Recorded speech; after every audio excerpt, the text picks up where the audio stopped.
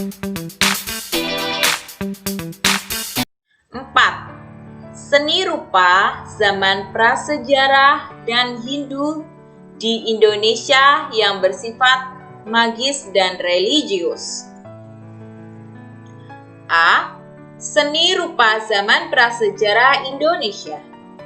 Zaman prasejarah prehistori adalah zaman sebelum dikemukakan sumber-sumber atau dokumen-dokumen tertulis mengenai kehidupan manusia.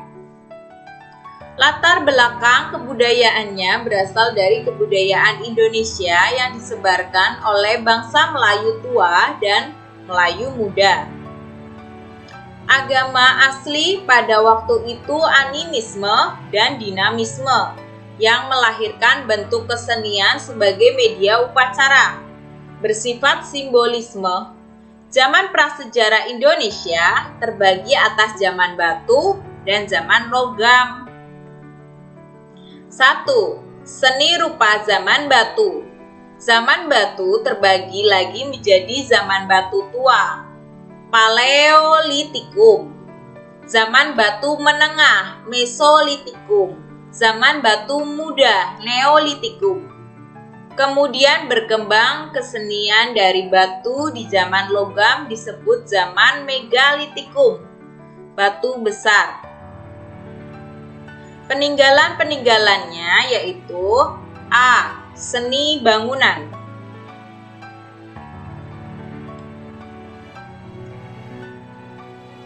Manusia Paleolitikum belum memiliki tempat tinggal tetap.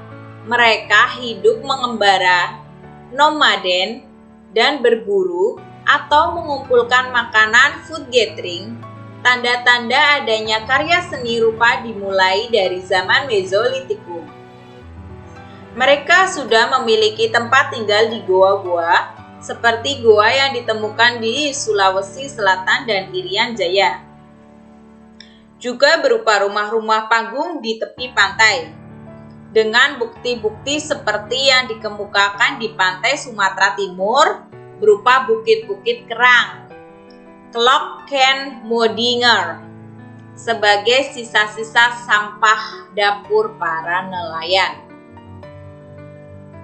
Kemudian zaman Neolitikum, manusia sudah bisa bercocok tanam dan berternak, food produksi, serta bertempat tinggal di rumah-rumah kayu atau bambu. Pada zaman Megalitikum, banyak menghasilkan bangunan-bangunan dari batu yang berukuran besar untuk keperluan upacara agama seperti punden, dolmen, sarkofag, meja batu, dan lain-lain. B. Seni patung. Seni patung berkembang pada zaman Neolitikum, berupa patung-patung nenek moyang dan patung penolak bala, bergaya non-realistis, terbuat dari kayu atau batu. Kemudian zaman Megalitikum banyak ditemukan patung-patung berukuran besar, bergaya statis, monumental, dan dinamis piktural. C. Seni lukis. Dari zaman Mesolitikum dikemukakan lukisan-lukisan yang dibuat pada dinding goa, seperti lukisan goa di Sulawesi Selatan dan pantai selatan Irian Jaya. Tujuan lukisan untuk keperluan magis dan ritual, seperti adegan pemburuan binatang, lambang nenek moyang dan cap jari. Kemudian pada zaman Neolitikum dan Megalitikum, lukisan diterapkan pada bangunan-bangunan dan benda-benda kerajinan sebagai hiasan ornamentik, motif geometris atau motif perlambangan, lukisan pada dinding goa. 2. Seni rupa zaman logam. Zaman logam di Indonesia dikenal sebagai zaman perunggu, karena banyak ditemukan benda-benda kerajinan dari bahan perunggu seperti genderang, kapak, bejana, patung, dan perhiasan. Karya seni tersebut dibuat dengan teknik mengecor atau mencetak, yang dikenal dengan dua teknik mencetak. Satu, bivalve, ialah teknik mengecor yang bisa dipakai berulang-ulang. Dua, acire per due, ialah teknik mengecor yang hanya satu kali pakai, tidak bisa diulang. Ini ada beberapa gambar atau contoh gambarnya. Yang pertama itu neraka, nekara kiri, dan moko kanan. Kapak corong atau kapak sepatu. Kita lanjut. B. Seni rupa Indonesia Hindu. Kebudayaan Hindu berasal dari India yang menyebar di Indonesia sekitar abad pertama Masehi melalui kegiatan perdagangan, agama, dan politik. Pusat perkembangannya di Jawa, Bali, dan Sumatera yang kemudian bercampur akulturasi dengan kebudayaan asli Indonesia, kebudayaan istana dan feodal. Proses akulturasi kebudayaan India dan Indonesia berlangsung secara bertahap dalam kurun waktu yang lama, yaitu dengan proses A. Proses peniruan atau imitasi, B. Proses penyesuaian, adaptasi, C. Proses penguasaan, kreasi, D. Hasil akulturasi kebudayaan India dengan Indonesia. Ciri-ciri seni rupa Indonesia Hindu. 1. Bersifat feodal, yaitu kesenian berpusat di istana sebagai medi pengabdian raja, kultus raja. 2. Bersifat sakral, yaitu kesenian sebagai media upacara agama.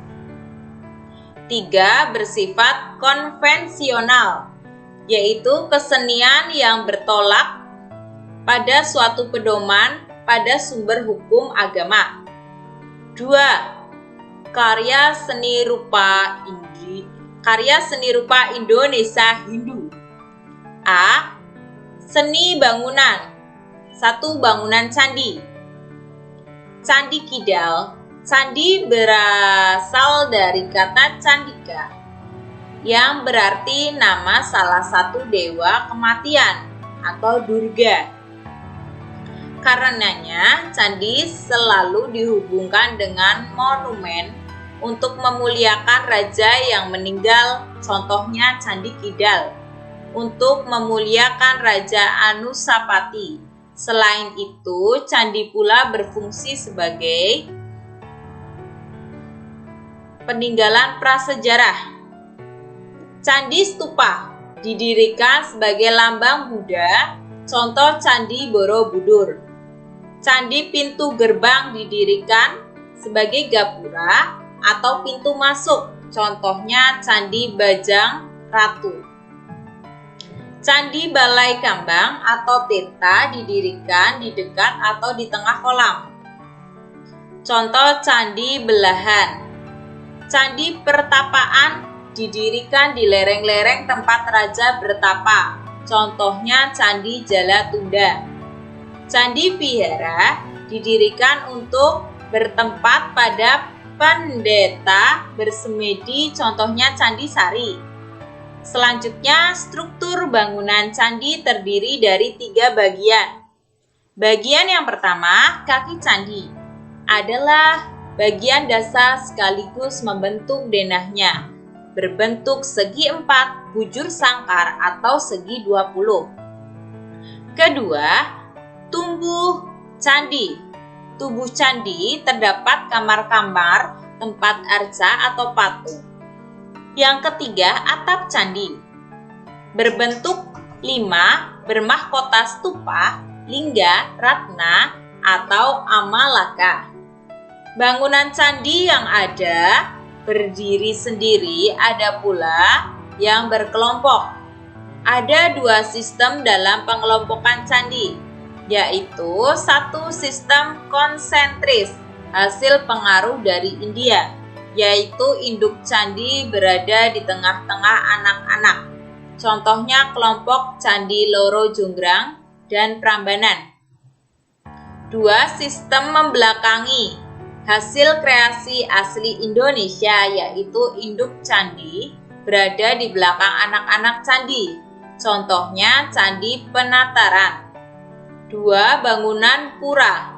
Pura adalah bangunan tempat dewa atau arwah leluhur yang banyak didirikan di Bali.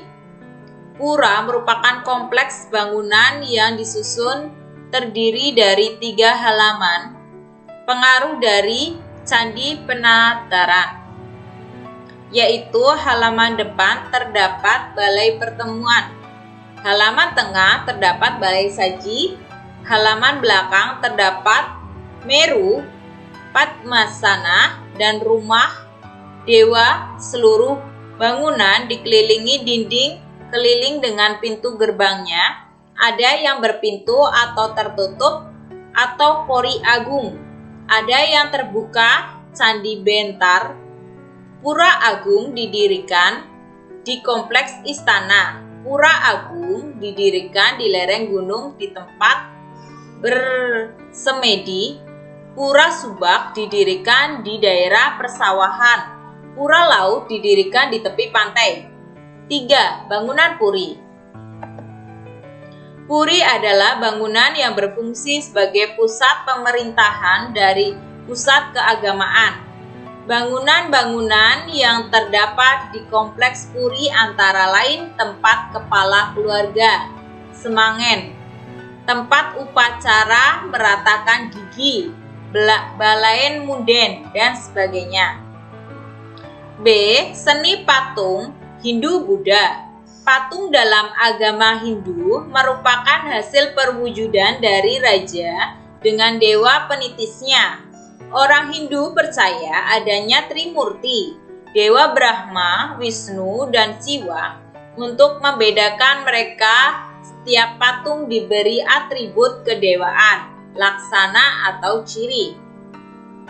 Misalnya patung Brahma, laksananya berkepala 4, bertangan 4, dan berkendaranya wahana atau hangsa. Sedangkan pada patung Wisnu, laksananya adalah para mahkotanya terdapat bulan sabit dan tengkorak, kendaraannya lembu atau nadi, dan sebagainya. Dalam agama Buddha bisa dipatungkan adalah Sang Buddha, Dhyani Buddha, Dhyani Bodhidatwa, dan Dewi Tara. Setiap patung Buddha memiliki tanda-tanda kesucian, yaitu rambut ikal dan berjenggot asmisa. Di antara keningnya terdapat titik urna, telinganya panjang, lamba, karna pasah. Terdapat juga kerutan di leher, memakai jubah sang hatik. Seni hias Hindu-Buddha berbentuk bangunan candi sebenarnya hasil tiruan dari Gunung Mahameru yang dianggap suci sebagai tempatnya para dewa. Oleh karena itu, candi selalu diberi hiasan sesuai dengan suasana alam pegunungan, yaitu dengan motif flora dan fauna serta makhluk ajaib. Bentuk hiasan candi dibedakan jadi 2 macam, yaitu 1. Hiasan arsitektural ialah hiasan bersifat 3-dimensional yang membentuk struktur bangunan candi. Contohnya hiasan mahkota pada atap candi, hiasan menara sudut pada setiap candi, hiasan motif kala banaspati pada bagian atas pintu, hiasan makara, simbar, pilaster, dan lain-lain. Hiasan bidang ialah hiasan bersifat 2-dimensional yang terdapat pada dinding atau bidang candi. Contohnya hiasan dengan cerita candi Hindu ialah Mahabharata dan Ramayana. Sedangkan pada candi Buddha ialah Jataka. Lalita Pistaka, hiasan flora dan fauna, hiasan pola geometris, hiasan makhluk hayangan.